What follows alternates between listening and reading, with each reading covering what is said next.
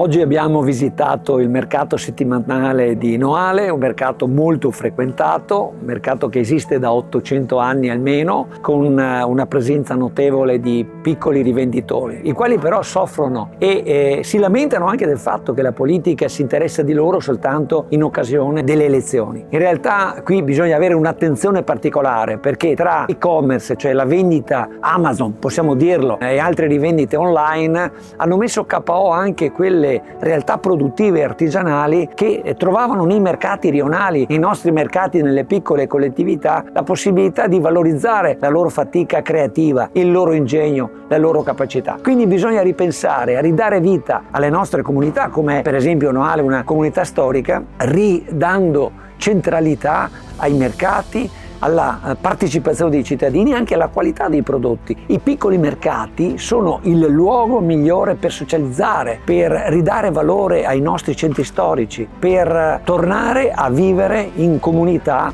dove c'è uno scambio anche umano. Comprare attraverso l'e-commerce vuol dire perdere una parte fondamentale della nostra identità. Valorizziamo i centri storici, i nostri mercati, le nostre piccole comunità, che sono valori identitari.